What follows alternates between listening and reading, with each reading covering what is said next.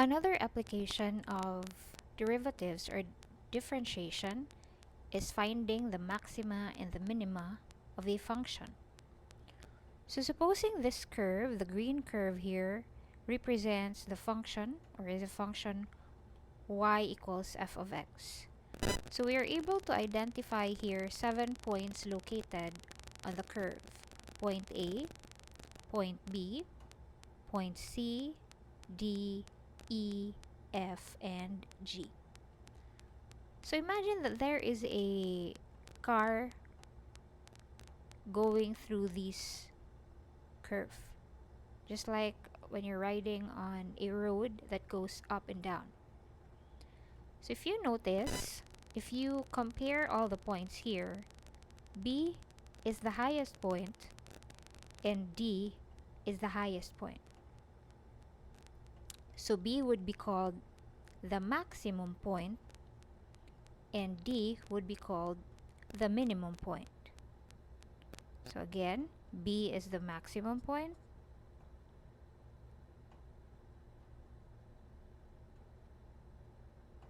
and D is the minimum point.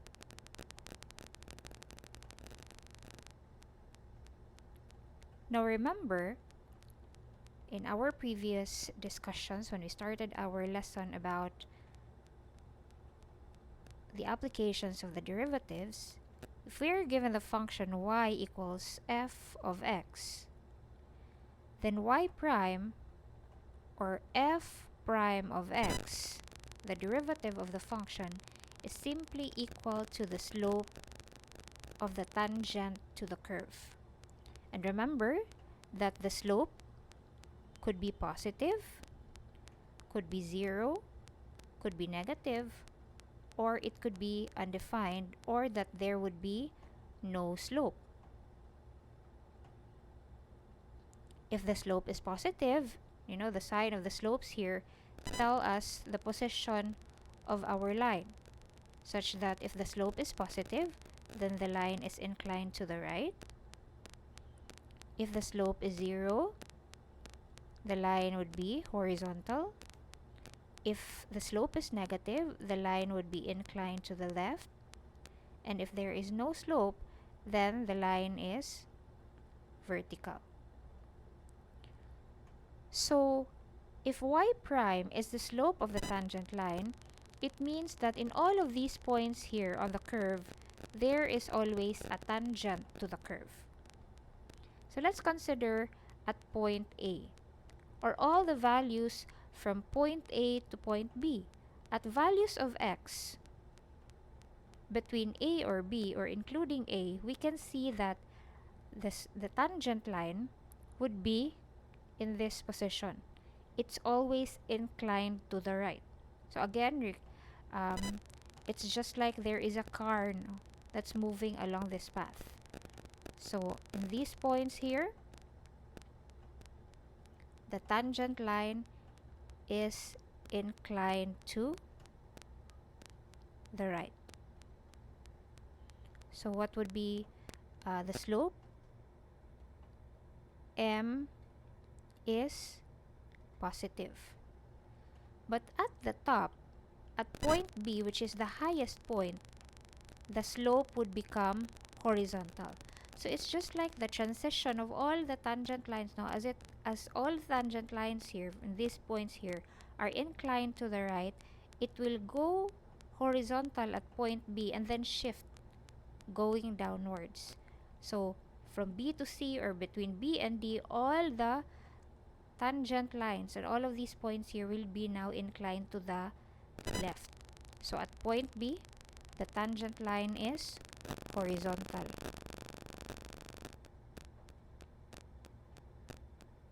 So it would look like that there. So M here is equal to 0.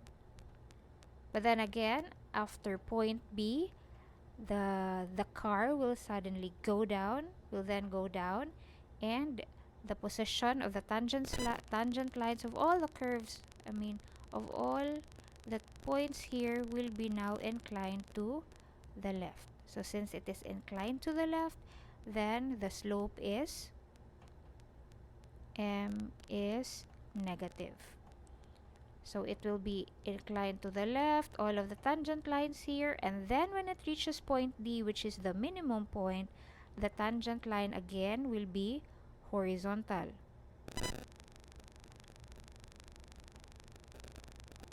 So at point D, m is equal to 0. And then after point D, at point E, it will increase again. It will now be inclined again to the right.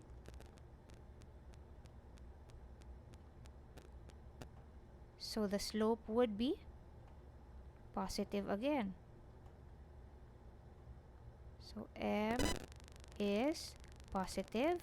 And then there is another transition point here. At a transition point, at point F, it becomes horizontal again. M equals 0. And then from F to G, again, the slope would be inclined to the right. So m is positive. So let's go through that again. So positive to 0 to negative to 0 to positive, 0, positive. At the points where the tangent line is horizontal or the slope is 0, these points are called critical points. Again, they are called critical points. So what are these points? Points where tangent line is horizontal. Now, because the tangent line is horizontal, then the slope is equal to 0. Now, the critical point could be the maximum point, just like point B. It could be the minimum point, just like point D. Or it could be neither maximum nor minimum, just like point F. So how do we know whether a point is a maximum point?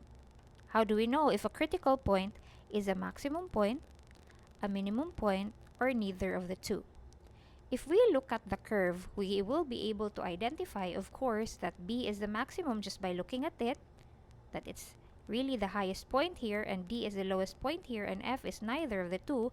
But if we look at the pattern of the signs or the position of the tangent lines, take note that as the tangent line passes through the maximum point, it goes from positive to 0 to negative. So there is a shift in the position of the tangent line. There is a change in the slope of the tangent line. And as the tangent line passes through point D, so it goes from the change in the position of the tangent line, it goes from negative to 0 to positive. There is an increase in the tangent line. So at a maximum point, the curve is concave downward, and at a minimum point, the curve is concave upward. F is neither a maximum nor a minimum point. So if you notice, the sign of the tangent line does not change as it passes through point F. So it's positive, it becomes 0, but it's positive again. It's inclined to the right, it becomes 0, it is inclined to the right again after that critical point, which is neither the maximum nor the minimum point. Now, if we don't have the graph, how do we determine the maximum point or the minimum point? So there are two methods that we can use here. So two methods in determining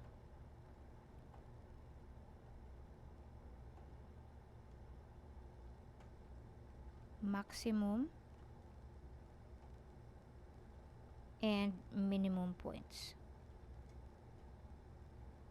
So what are these two methods? Number one, we have what we call as the FDT, which means first derivative test,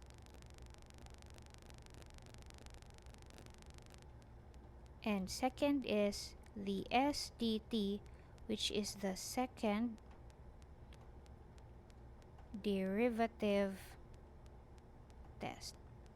So how do we perform these tests, and how do we go about finding the maximum and the minimum points by performing first derivative and second derivative test? So for example, we are given a function. Supposing we are given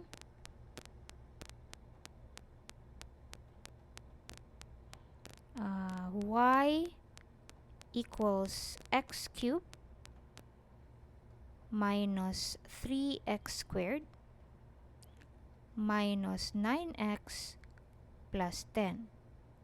And we are to find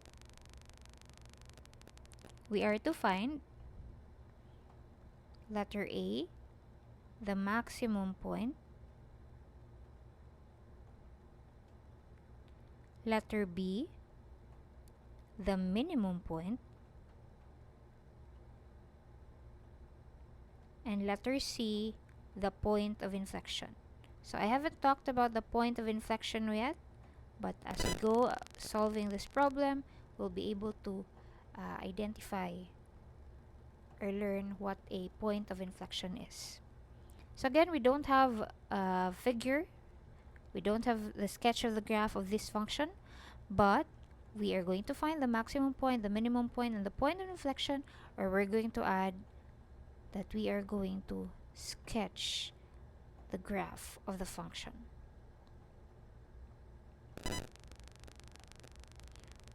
So the first thing that we are going to do, step number one,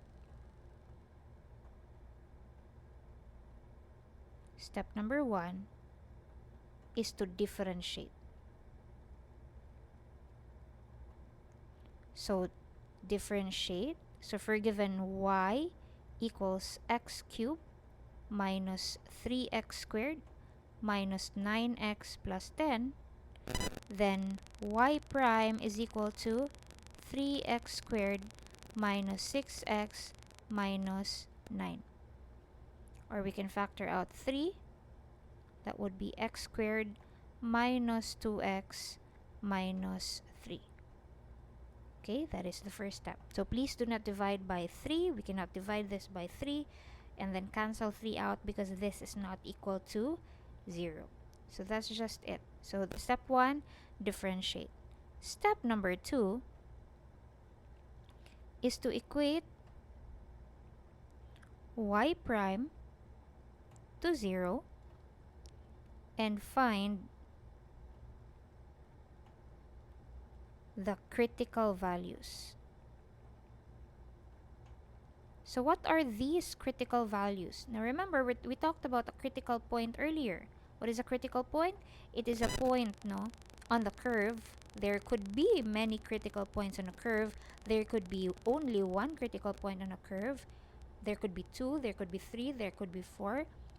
It varies from one curve to another, but a critical point will always be a point where the tangent line is horizontal or the slope is equal to 0.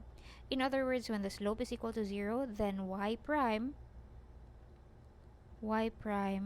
is also equal to 0 because y prime is simply the slope.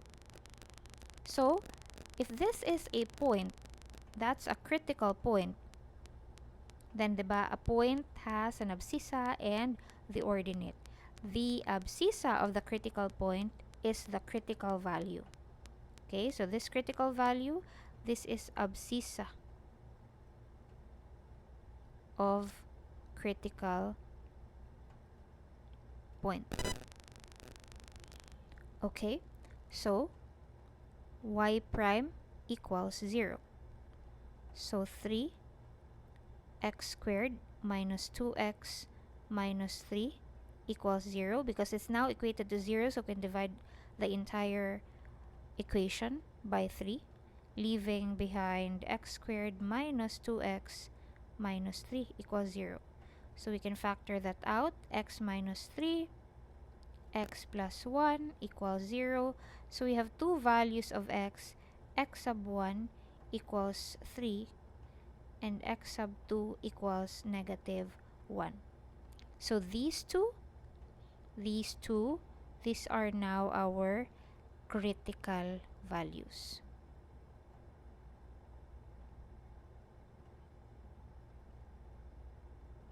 Critical values.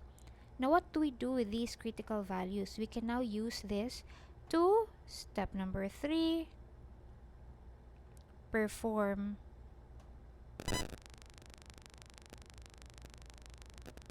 you're now going to perform FDT, or the first derivative test. So this is how we are going to perform the first derivative test. So we are going to make a table. So the table will have two rows rather. And the first column of the table would contain, on the upper portion, you're going to put there x, and on the lower portion, you're going to put there y prime. If there are two critical values, then we are going to make 5 additional columns here. But if we only have one critical value, then we're just going to add 2 additional columns. So because we have 2, then we're going to make 5 columns. So 1, 2, 3, 1, 2, 3, 4, and 5. Alright? On the second column, we are going to put here, on this upper portion, on this first row here, we're going to put values of x. Remember, we already have 2 values of x here, the critical values. So we're going to arrange in increasing order.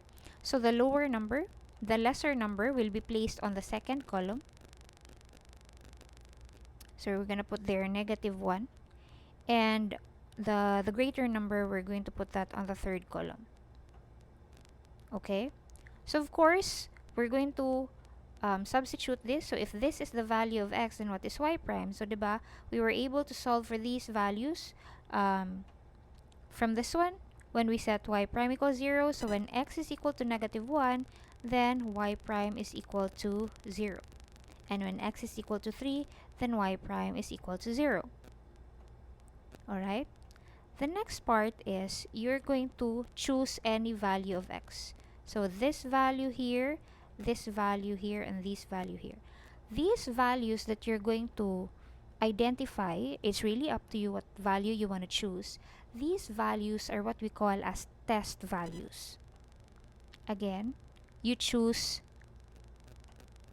test values.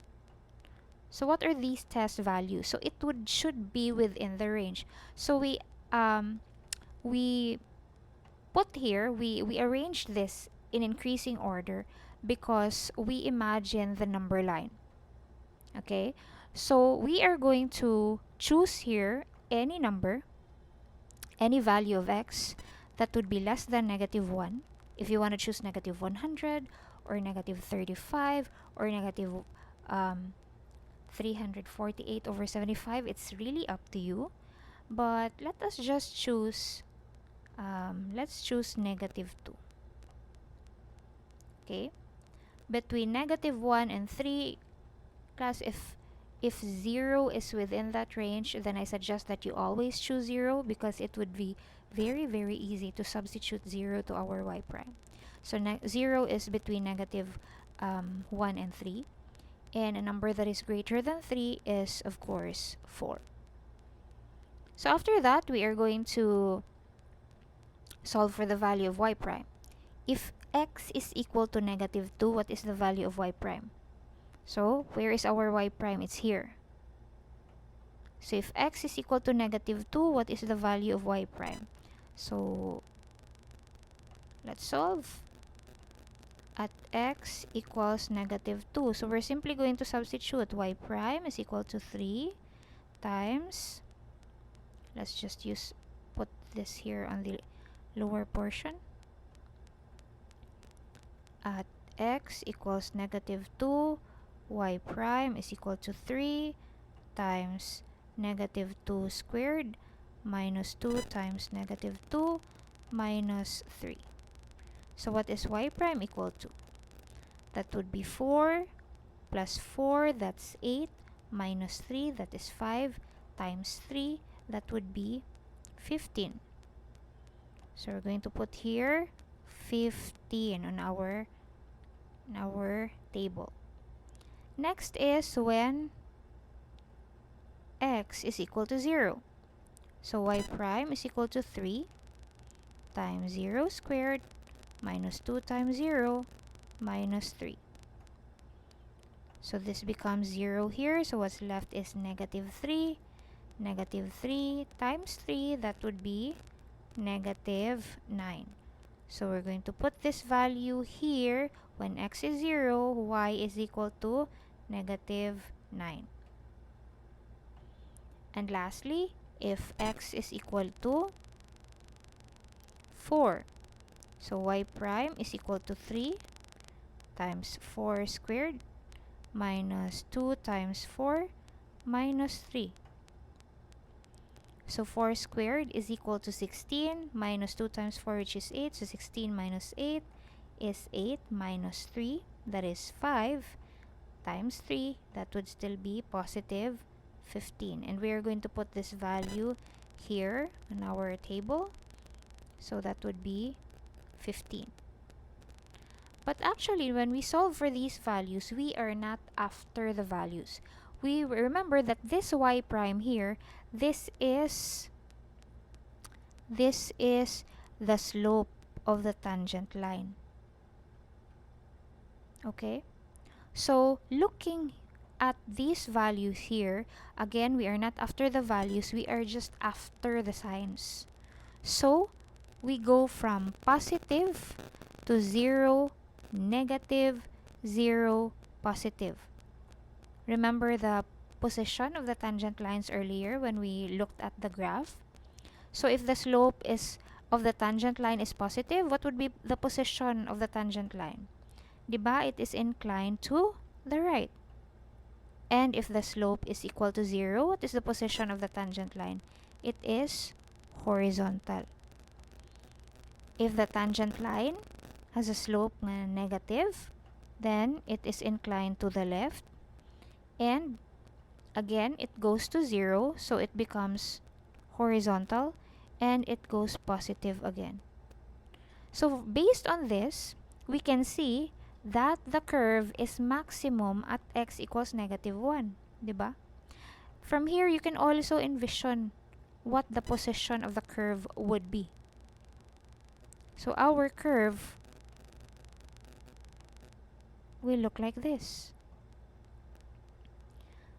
The curve will be maximum at the value of x negative 1, and the curve will be minimum at the value of x, which is negative 3. That would be based on our FDT. Again, this is our FDT, first derivative test. That would be our conclusion. Okay, so let me just erase this portion here. So based on the FDT, because the sign of the tangent line goes from positive to 0 to negative as it passes through x equals negative 1, then the conclusion is that y is maximum at x equals negative 1. And that y is minimum at x equals positive 3. Why is it minimum there? Because again, the slope goes from negative to 0 to positive. That is FDT. Now, how do we check? Or what other option do we have? So we have step number 4. Step number 4 is to perform SDT. Actually, this can be step number 3 because you always have the option to either choose FDT or SDT. Kaya lang sometimes there are cases wherein SDT is not applicable. So when SDT fails, you have to go back to FDT. And there are cases also wherein it's quite difficult to perform second derivative or second differentiation, so we'll just perform FDT. So again, how do we perform SDT? Or what is the meaning of SDT? SDT means second derivative test. So from the name itself, second derivative, meaning we are going to differentiate twice. So we were given the function y equals x cubed minus 3x squared minus 9x plus 10. So we were able to solve that y prime is equal to 3x squared minus 6x minus 9. And so y double prime is equal to 6x minus 6. Now, if the meaning of y prime is the slope of the tangent line, and we were able to identify the maximum point and the minimum point based on the position of the tangent line, what then is the meaning of the second derivative test? So remember, y double prime. So if y prime is the rate of change of y with respect to x, then y double prime would be the rate of change of the slope of the tangent line as it passes through the critical value, or the abscissa of the maximum point, or the abscissa of the minimum point. The rate of change of the slope. So again, at the maximum point, the slope goes from positive to 0 to negative, meaning there is a decrease in the slope of the tangent line. It decreases positive to negative. When y double prime is negative, the curve is maximum at that critical value. If y double prime is positive, because it's concave upward there earlier, this concave downward, here it's concave upward.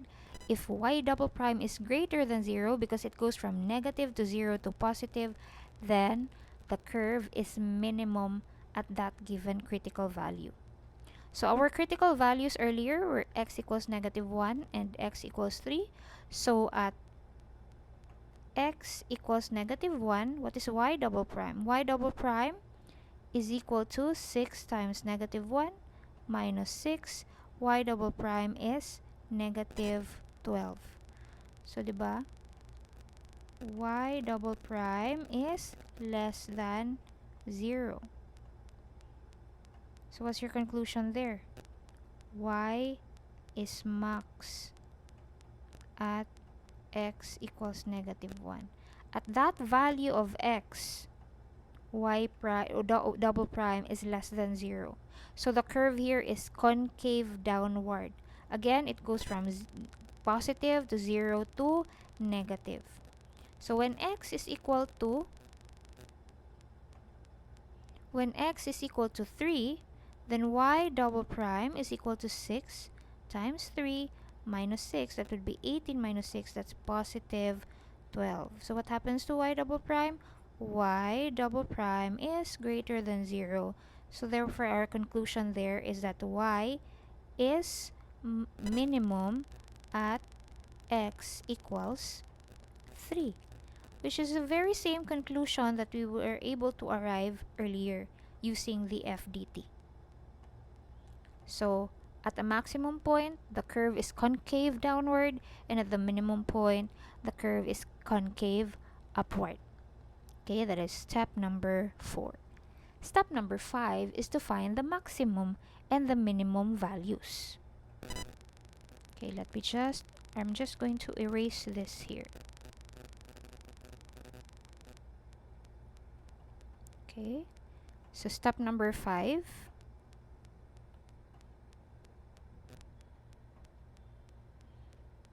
Find maximum and minimum values. These maximum and minimum values are the ordinates of the identified critical points, which are abscissas of the maximum and the minimum. So because the curve is maximum at x equals -1, then the maximum value would be, so maximum value is y at x equals -1.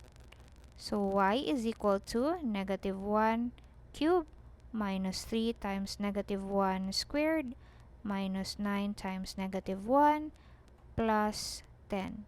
So y here is equal to, this is -1 minus 3, this is -4, -4 plus 9 is +5 plus 10, then that would be 15.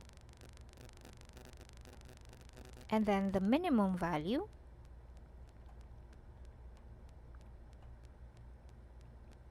that would be y at x equals 3. So y equals 3 cubed minus 3 times 3 squared minus 9 times 3 plus 10. So y is equal to,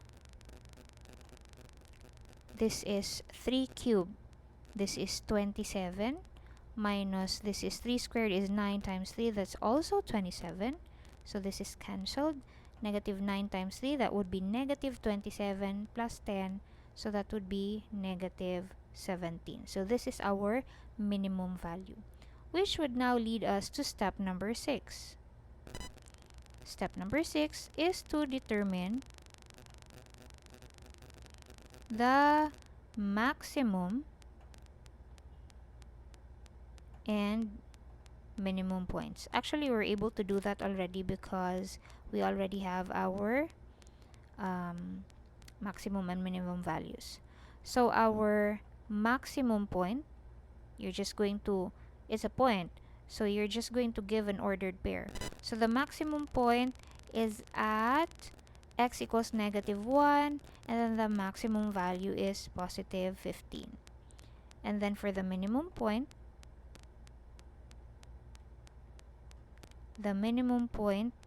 that would be at x equals 3, and then y equals -17. Okay, that's step number 6. Step number 7. Let me just erase this again. So step number 7 is to determine the point of inflection.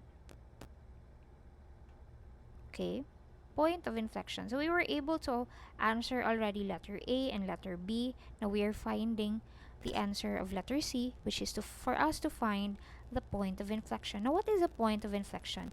The point of inflection is a point on the curve where the sense of concavity changes. So I was talking about concave downward and concave upward earlier. So again here at point B, maximum point, the curve is concave downward. And then, so from A, B, C, it's concave downward. And then C, D, E, it's concave upward. The point wherein the sense of concavity changes from downward to upward is called the point of inflection. So in our figure here, point C would be our point of inflection. Point C is our point of inflection. So at the point of inflection, the rate of change of the slope is 0. There is no change in the slope because from B to C, the slope is inclined to the left. From C to D, it's still inclined to the left. So there is no change in the position of the tangent line. So again, at the point of inflection, y double prime is equal to 0. So what we're going to do to find the point of inflection is to simply equate y double prime to 0. So y double prime is equal to 0. And earlier we solved y double prime. That would be 6x minus 6. So 6x minus 6 equals 0. 6x equals 6. X therefore is equal to positive 1. The sense of concavity changes when x is equal to 1. So next step here is to simplify the value of y when x is 1. So at x equals 1, y is equal to 1 cubed minus 3 times 1 squared minus 9 times 1 plus 10. So that would be 1 minus 3, that's negative 2 minus 9. Negative 2 minus 9 is negative 11 plus 10, that would be negative 1. So the point of inflection, or you can just, let's use an acronym, POI, okay, is at x equals 1, y equals negative 1. So after determining the point of inflection, we can now proceed to the last step, which is to sketch the graph. So how does our graph look like? So you already have an idea earlier, no? Because when we performed FDT, you had a picture already of how the graph looks like. So sketch the graph, and most important of all is to always label. It's useless if there is no label. It's meaningless if there is no label. So you always have to put a label. So when you sketch the graph, then you always start with your Cartesian plane. And when you draw your Cartesian plane,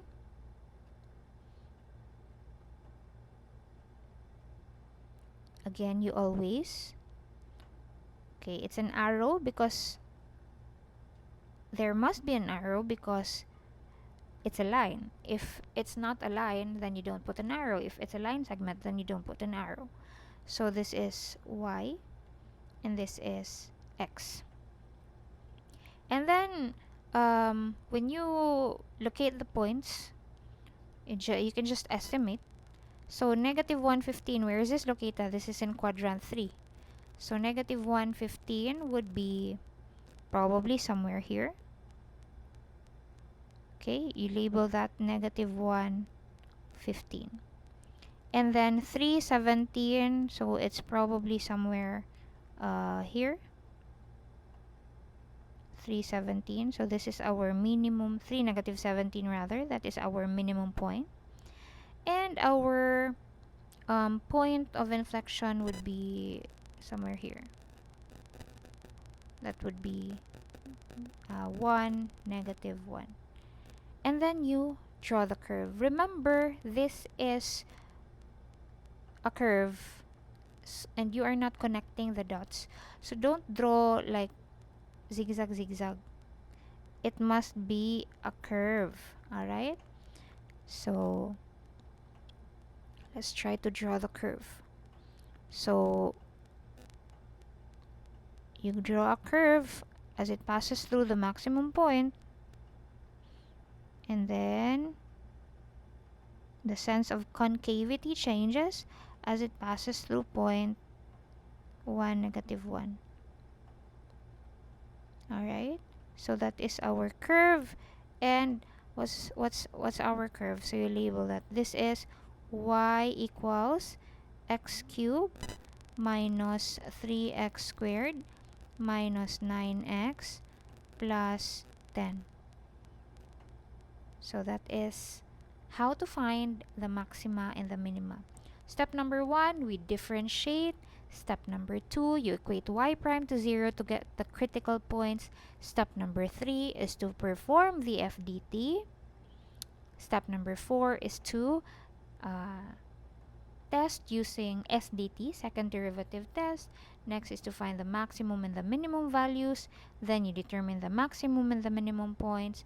Then determine the point of inflection if there is a point of inflection, because as I said earlier, there may be cases wherein there is no point of inflection. An example of that would be a curve with only a maximum point. That would be a parabola facing downward. So there is no shift, no. on the sense of concavity is always concave downward, parabola facing downward. And also, a parabola facing upward is